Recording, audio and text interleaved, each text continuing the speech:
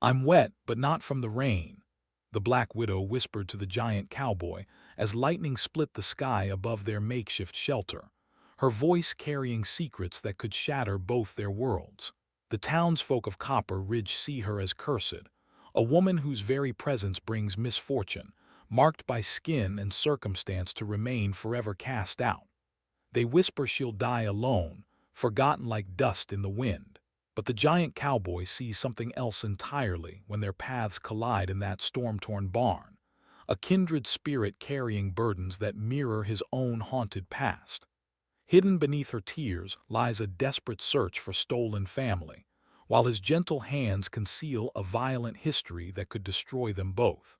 Their unlikely alliance threatens to expose a criminal empire spanning the frontier, but survival demands trusting each other with deadly secrets. Can two broken souls forge something unbreakable, or will their combined darkness consume what little light remains in their shattered lives? The wagon wheels creaked to a halt outside Copper Ridge's general store as dust swirled around the lone passenger. Susanna Calloway stepped down with careful dignity, her dark skin drawing immediate stares from the afternoon crowd. Whispers followed her movement like hungry vultures. "That's her, the Black Widow. Heard she brings death wherever she goes. Lost 3 husbands, they say." Suki kept her chin high as she approached the store owner, a thin man who looked at her like she carried plague. She needed lodging. He quoted a price 3 times the usual rate. She paid without argument. The cramped room above the store barely fit a bed and wash basin. Through the thin walls, she heard neighbors discussing her arrival in hushed, fearful tones. Some suggested she leave before sundown. Others wondered what curse she'd bring to their town. By morning, the harassment began in earnest. Children threw pebbles at her window. Women crossed the street rather than walk near her. When she attempted to offer sewing services at the store, customers refused her work with barely concealed disgust. "We don't need your kind of help," one rancher's wife declared loudly enough for others to hear. Suki retreated to her room, fingers tracing the faded photograph of her younger brother Tobias. Somewhere in this territory, he remained trapped by the same cruel system that had stolen her life's work. The men who'd taken credit for her designs had ensured her silence by keeping Tobias as their guarantee. Her escape from Boston had only moved their game westward. Days blurred into a routine of rejection and isolation. The townspeople had decided her fate before she'd spoken a word. She would remain an outcast, feared and scorned until she finally moved on or died forgotten. 3 streets away, Elijah Boone faced his own daily torment. His massive frame cast shadows that made children cry and adults reach for weapons. At nearly 7 feet tall, he was condemned to loneliness by his appearance. Employers hired him for the heaviest labor, then paid him half wages while treating him like a dangerous animal. The blacksmith who'd employed him that week made him sleep in the stable rather than the workers' quarters. Other men refused to eat at the same table. Even the prostitutes turned away his money, too frightened by his size to see the gentleness in his eyes. Eli carried his own photograph, creased from handling. The dead man's face stared back at him, a reminder of the moment his life changed forever. Self-defense or murder, the law saw no difference when the defender was a giant and the dead man wore a badge, even if that badge belonged to a slave catcher pursuing an innocent family. The storm struck Copper Ridge on a Thursday evening with biblical fury. Rain hammered the dusty streets into rivers of mud, while lightning split the sky like divine judgment. Suki fled the general store when water began seeping through her ceiling, clutching her precious sewing supplies against the downpour. The abandoned barn at the town's edge offered the only shelter. She pushed through the creaking door, grateful for the dry hay and solid roof. Thunder masked the sound of her quiet sobs as the weight of her situation finally overwhelmed her careful composure. She wasn't alone. Eli Boone sat in the far corner, his enormous frame making the barn seem smaller. Both froze at the sight of each other. The town's 2 outcasts, trapped together by nature's fury. Minutes passed in tense silence. Rain drummed against the wooden walls while they studied each other with cautious eyes. Neither spoke until lightning illuminated Suki's tear-stained face. "I'm wet, but not from the rain," she whispered to the giant cowboy, her voice carrying a pain that transcended their circumstances. Eli nodded slowly. He understood tears that had nothing to do with weather. "Me too," he replied simply. The admission broke something between them. Suki found herself explaining about Tobias, about the men in Boston who'd stolen her designs and enslaved her family to ensure her silence. She spoke of the trail that led west, following whispers of her brother's location to this hostile town. Eli listened without judgment. When she finished, he shared his own burden. The slave catcher he'd killed in self-defense. The family he'd saved. The guilt that drove him from town to town, never staying long enough to belong anywhere. "Your brother," Eli said finally. "You have a lead," Suki nodded toward the storm. "Blackstone Ranch, north of here. But it might as well be the moon for all the good it does me. Cornelius Blackstone owns half this county, his men, his rules. You know him. Worked his cattle last month. Something strange about that place. Too many workers who don't talk. Too many guards for a simple ranch." Hope flickered in Suki's chest for the first time in weeks. This giant cowboy, this fellow outcast, possessed knowledge she desperately needed. Outside, the storm raged with increasing violence. Inside the barn, two broken souls recognized something in each other that transcended their individual pain. Neither yet understood how their chance meeting would transform them from helpless victims into unstoppable forces of justice. But in that moment, sheltered from the storm and surrounded by the possibility of alliance, both felt the first stirrings of something they'd nearly forgotten: hope. The morning after the storm brought fresh hostility to Suki's doorstep. She discovered her sewing basket overturned in the mud outside the general store, precious threads scattered and ruined by deliberate malice. The store owner claimed ignorance while his smirk revealed the truth. Suki knelt in the street, salvaging what remained of her supplies. Passers-by stepped around her without acknowledgement, their silence more cutting than open cruelty. Her fingers trembled as she gathered soggy fabric scraps that represented her only means of survival. A shadow fell across her work. Eli Boone stood nearby, his massive frame blocking the morning sun. The townspeople gave him a wider berth than usual, their fear palpable in the early air. "Accident?" he asked, gesturing to the scattered materials. "So they claim." Without another word, Eli began collecting the furthest scattered threads. His enormous hands moved with surprising delicacy, treating each salvaged piece like precious silk. The sight of the giant cowboy helping the cursed widow sent fresh waves of whispers through the gathering crowd. They retreated to Suki's cramped room to assess the damage. Most of her thread had survived, but her needles were bent beyond use and her measuring ribbon torn beyond repair. Eli examined her supplies with unexpected knowledge. "This stitching," he said, studying a partially completed dress. "Never seen work this fine." Suki tensed. She'd been careful to keep her technique simple, hiding her true skill behind basic seamstress work. But Eli's trained eye had caught details others missed. "My grandmother taught me," she deflected. Eli lifted the fabric closer to the window light. The stitches were microscopic, precise beyond anything a frontier seamstress should possess. The pattern itself spoke of formal training and years of refinement. "This isn't grandmother teaching. This is art." The accusation hung between them like a loaded weapon. Suki's carefully constructed cover story crumbled under his scrutiny. She could lie, maintain her deception, and lose his trust forever. Or she could risk everything on the truth. "You worked for wealthy families," Eli continued, his voice gentle but certain. "Boston, maybe New York. These techniques don't exist out here." Suki's resistance shattered. The weight of months carrying her secret alone finally overwhelmed her defenses. She sank onto her narrow bed, shoulders shaking with suppressed emotion. "Susanna Calloway," she whispered. "That was my professional name." Eli's eyes widened with recognition.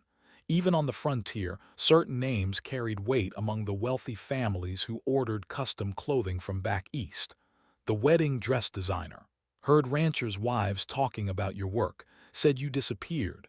I didn't disappear. I ran. The story poured out like water through a broken dam.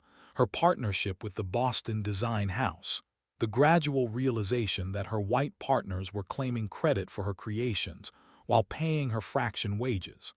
The discovery that they held Tobias as insurance against her defection. They told everyone I was their seamstress, Suki continued, her voice gaining strength. But every design, every innovation, every technique that made them rich came from my mind and my hands. Eli listened without interruption as she described her escape. The careful planning, the forged papers, the desperate flight westward following rumors of her brother's location. Tobias was their guarantee I'd stay silent. When I ran, they moved him west as punishment. Now he's lost somewhere in this territory, probably sold to someone like Blackstone. Why not go to the authorities? Suki's laugh held no humor. With what proof? My word against theirs. They have contracts showing me as their employee.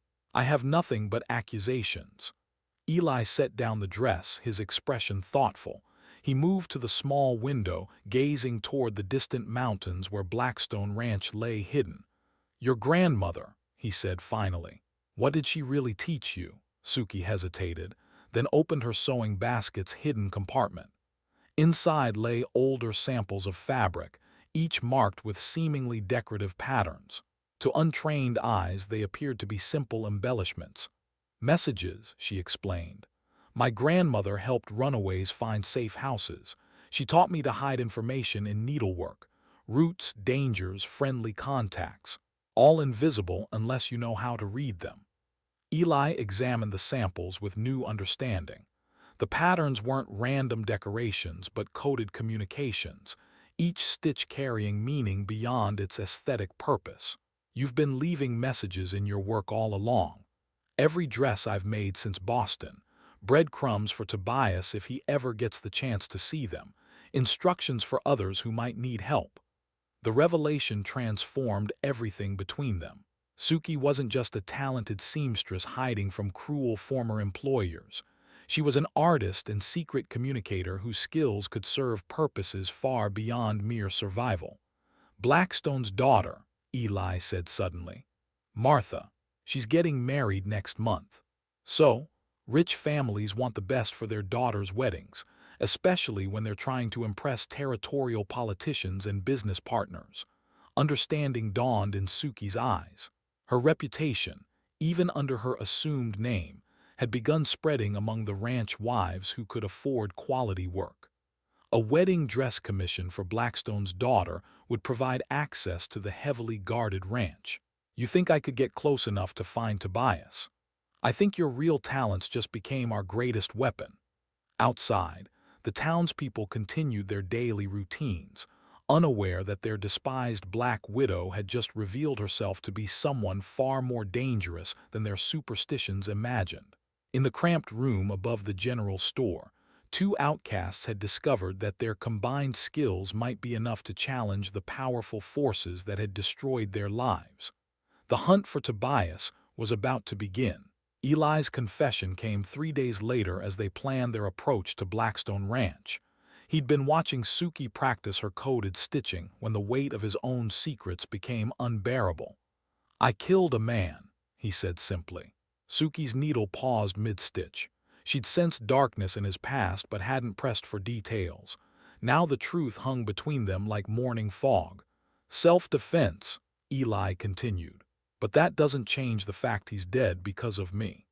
The story unfolded slowly. 2 years ago, outside Dodge City, Eli had encountered a family of runaways hiding in his camp. 3 children, parents worn thin by fear and exhaustion. They'd been traveling for weeks, following the Underground Railroad toward freedom. The slave catcher arrived at dawn with a federal warrant and cruel intentions. He demanded Eli hand over the family or face charges as an accomplice. When Eli refused, the man drew his weapon. I'm not fast with a gun, Eli explained, but I'm strong. When he fired, I was already moving. Got my hands on him before he could shoot again. The struggle lasted seconds. The slave catcher's neck snapped like dry kindling in Eli's massive grip. The family escaped, but Eli became a wanted man. Not for the death itself, but for interfering with federal law. Been running ever since, helping where I can but never staying long enough to matter. Suki set down her needlework. The gentle giant who'd shown her kindness was also a killer, regardless of his motives. But his victims were the same system that had stolen her brother and destroyed her life. The family made it to Canada, last I heard. Then it was worth it. Eli's surprise at her acceptance revealed how long he'd carried the guilt alone. Suki understood the weight of necessary choices that civilized society would never forgive. Your contacts, she said, other railroad operations. Some, scattered across 3 territories, people who remember favors owed. Their alliance deepened with shared purpose.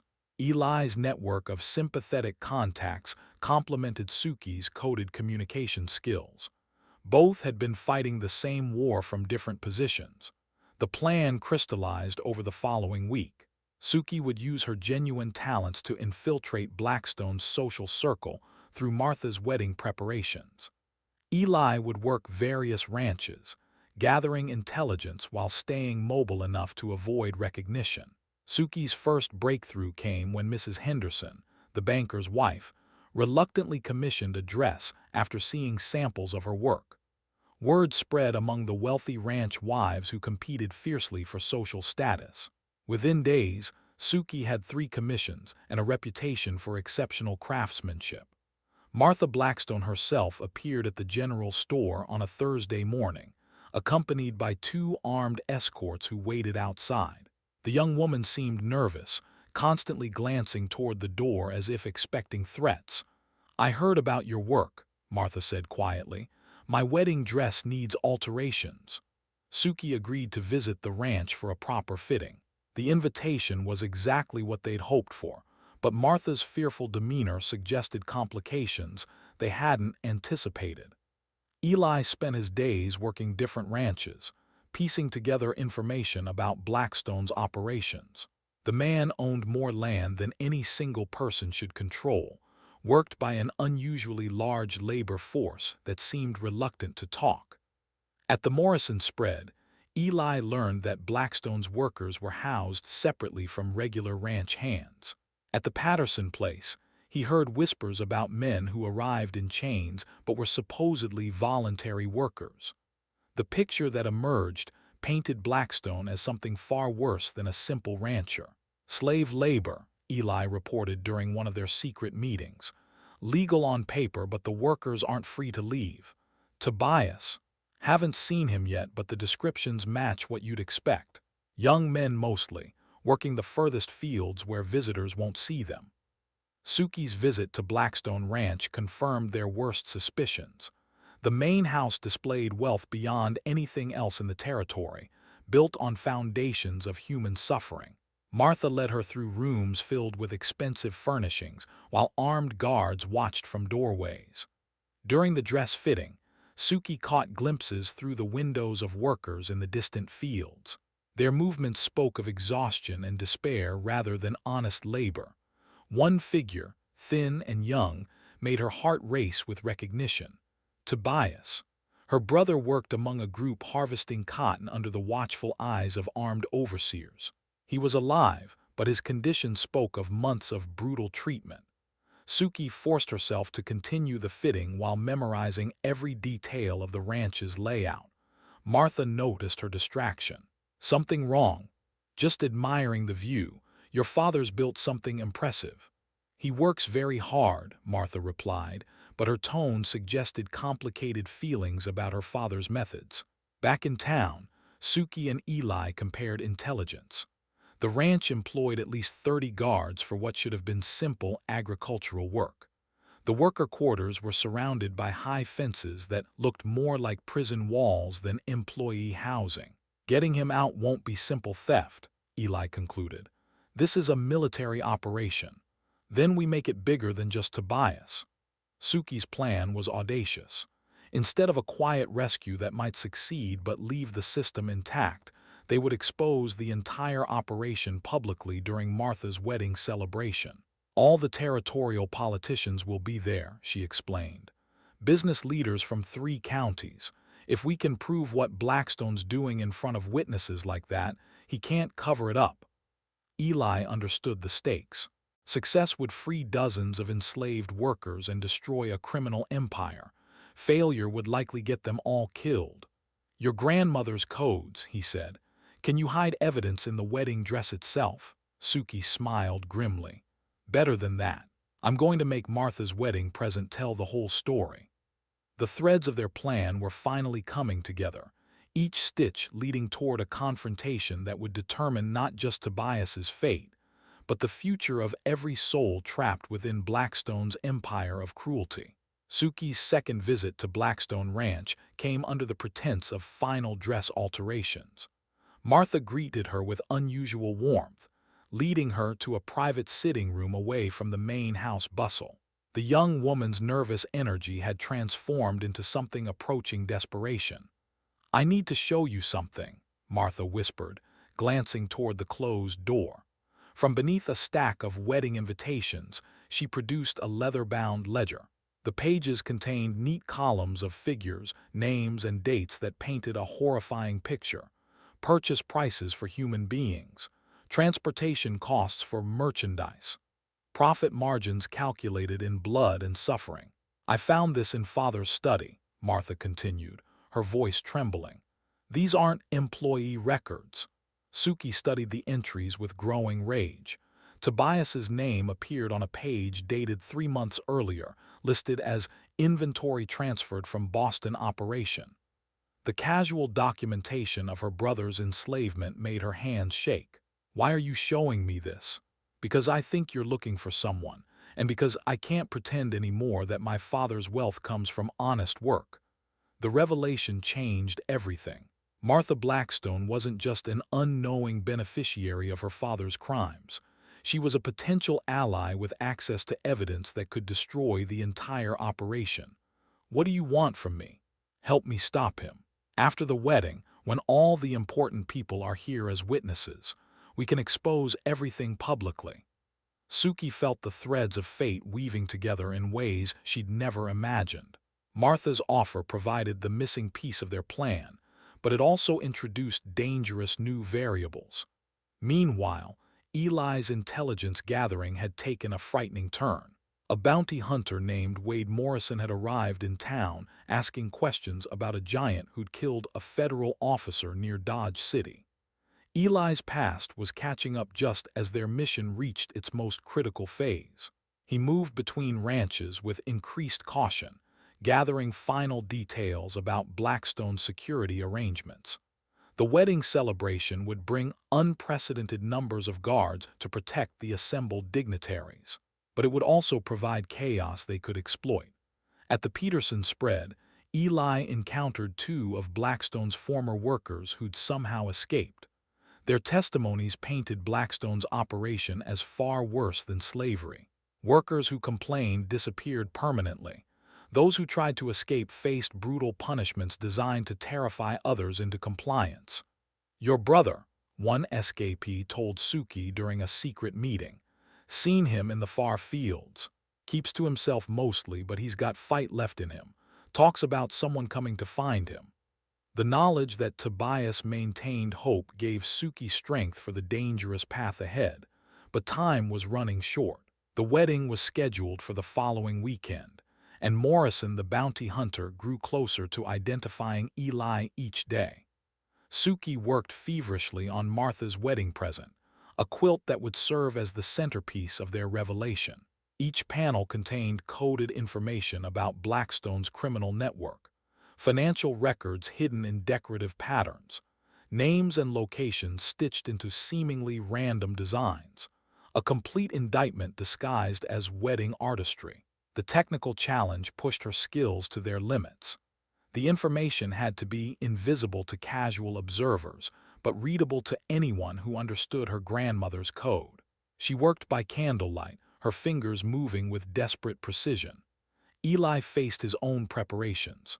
The rescue operation would require perfect timing and intimate knowledge of the ranch layout. He studied guard rotations, identified escape routes, and coordinated with Martha to ensure access to the worker quarters during the celebration. "Morrison's getting close," he warned during one of their meetings. "Showed my description to 3 people today. Won't be long before someone talks. Can you avoid him until after the wedding?" "Maybe, but if he identifies me during the ceremony, everything falls apart." The pressure mounted as their carefully laid plans faced real-world complications. Too many variables, too many ways for disaster to strike before they could achieve their goals. Martha's final dress fitting revealed another disturbing development. Her father had grown suspicious about her recent behavior and assigned additional guards to watch her movements. The young woman arrived at the general store with 4 armed escorts instead of her usual 2. "He knows something's wrong," Martha whispered during the fitting. "Asked why I've been visiting town so often." "What did you tell him?"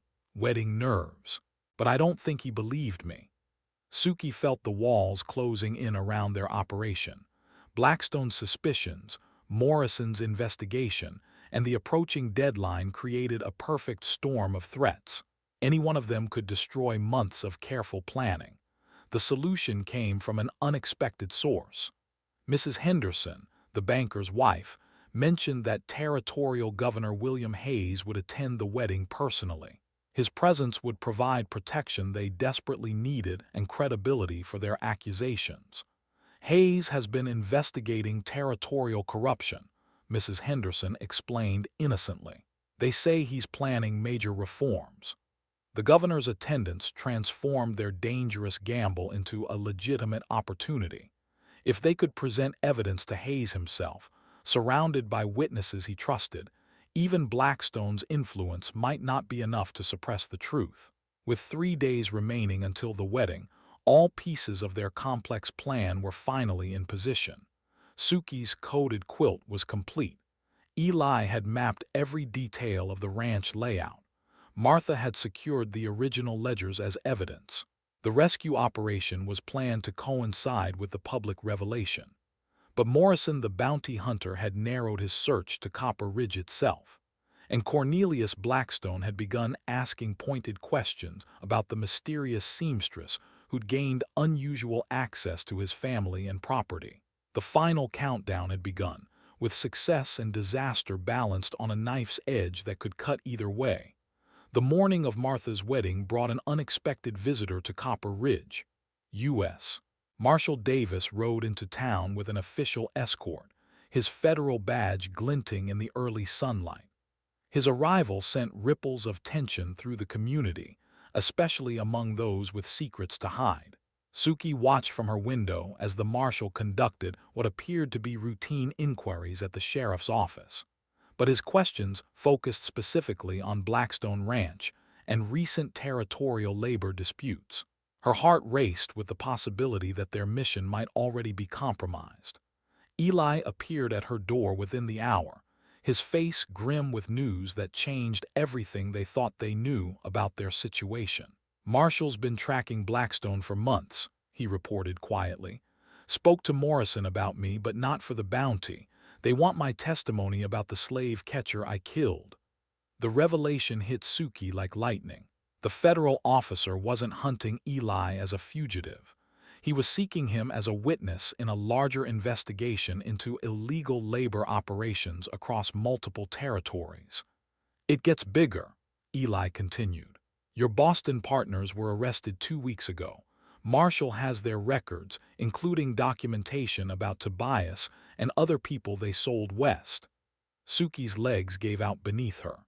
The nightmare that had driven her across the continent was finally ending, but in ways she'd never imagined possible.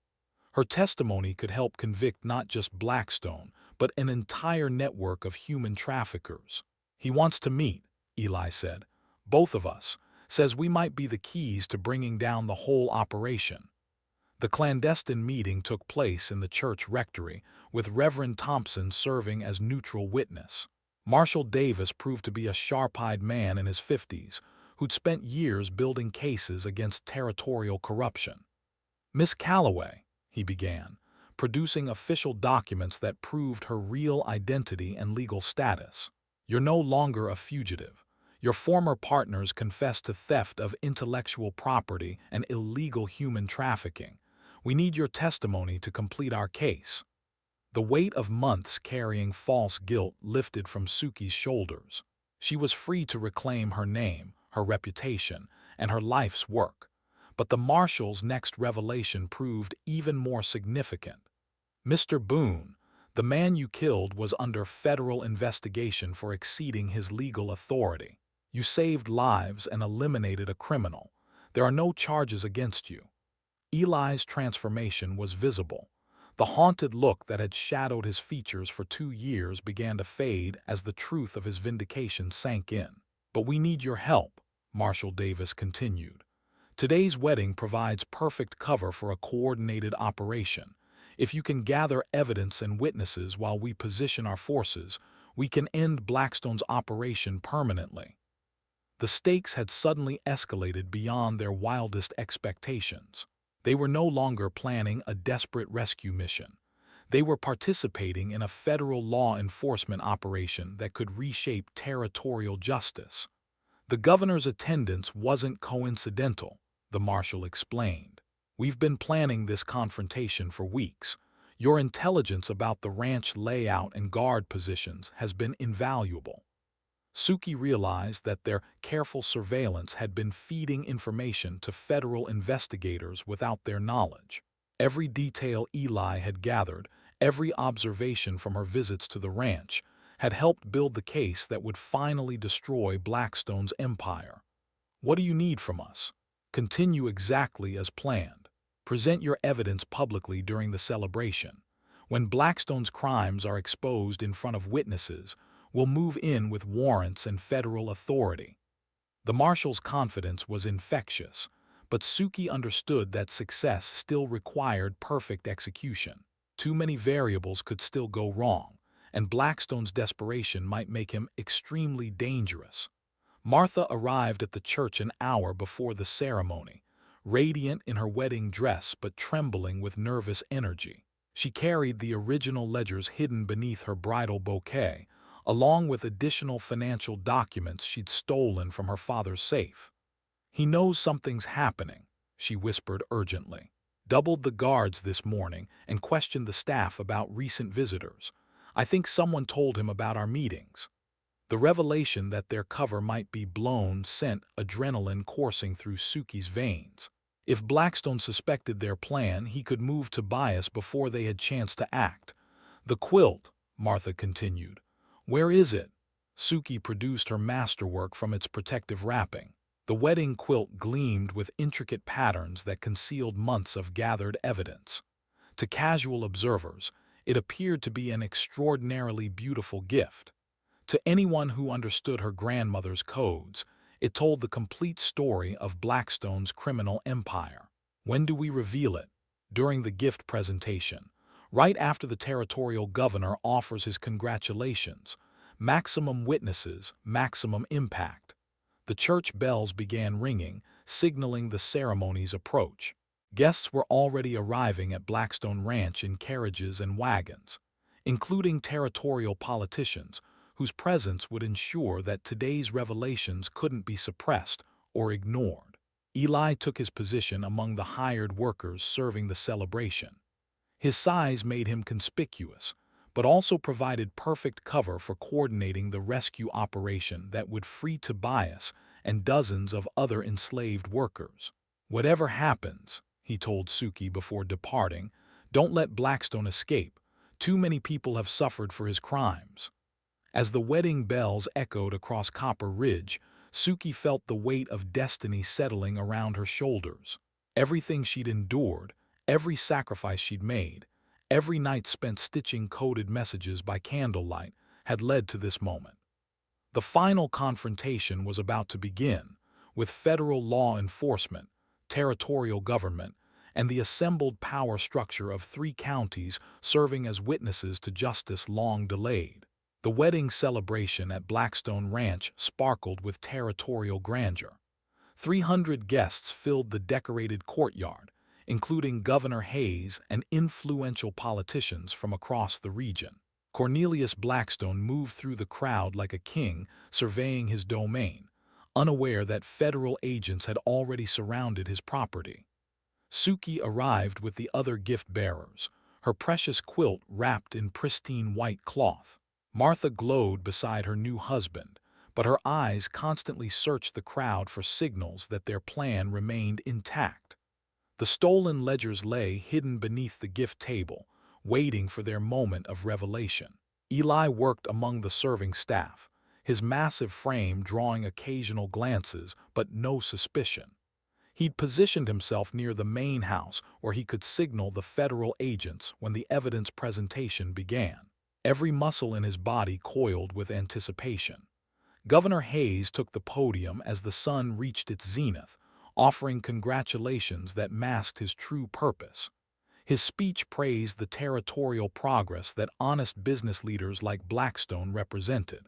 The irony sent knowing glances between the conspirators. "And now," the governor announced, "let us honor this happy couple with tokens of our community's affection." The gift presentation began with predictable offerings: silver candlesticks, fine china, imported fabrics from back east. Each present received polite applause while guests sipped champagne and enjoyed the afternoon festivities. Suki stepped forward when Martha nodded the signal. She unwrapped her quilt with ceremonial care, allowing the intricate patterns to catch the sunlight. Gasps of admiration rose from the assembled crowd as they beheld what appeared to be the finest needlework any of them had ever witnessed. "A wedding quilt," Suki announced, her voice carrying clearly across the courtyard. "Each panel tells a story of this territory's growth and prosperity." She began explaining the patterns, seemingly describing decorative elements while actually decoding the hidden messages for those who understood. Financial records disguised as flower petals, transportation routes marked as decorative borders, names and dates woven into geometric designs. Governor Hayes moved closer, his trained eye recognizing the coded information immediately. Other guests admired the artistry while missing the damning evidence displayed before them. "This panel," Suki continued, pointing to a section that contained Blackstone's financial records, "shows the careful planning required for successful agricultural ventures." Blackstone himself approached the display, his face darkening as he began to comprehend what he was seeing. His wealth, his crimes, his entire illegal empire lay exposed in beautiful stitchwork that no one could dismiss as mere accusation. "Where did you learn these techniques?" he demanded, his voice carrying dangerous undertones. "My grandmother taught me to tell stories with thread." "And what story does this tell?" Suki met his eyes without flinching. "The truth about how some fortunes are built." The tension in the courtyard shifted as perceptive guests sensed the confrontation developing before them. Governor Hayes stepped forward, examining the quilt with obvious official interest. "Fascinating work. These patterns seem to contain detailed information." Martha chose that moment to retrieve the ledgers from beneath the gift table. Her hands shook as she presented the stolen documents to the governor, but her voice remained steady. "These belong with the quilt. They tell the same story." Blackstone lunged toward his daughter, but Eli's massive form blocked his path. The confrontation erupted into chaos as federal agents emerged from their concealed positions throughout the crowd. "Cornelius Blackstone," Marshal Davis announced, producing official warrants. "You're under arrest for human trafficking, illegal imprisonment, and violation of federal labor laws." The assembled guests watched in stunned silence as the territory's most powerful rancher was surrounded by armed lawmen. His protests of innocence died when Governor Hayes began reading selected entries from the stolen ledgers aloud. Names, prices, transportation details. The systematic documentation of human slavery disguised as legal business operations. Evidence so overwhelming that even Blackstone's political allies began distancing themselves from his vicinity. Eli slipped away during the arrests, leading a coordinated rescue operation toward the worker quarters. 23 enslaved people were liberated within the hour, including Tobias, who collapsed into his sister's arms with tears of disbelief and joy. The reunion overwhelmed Suki's careful composure.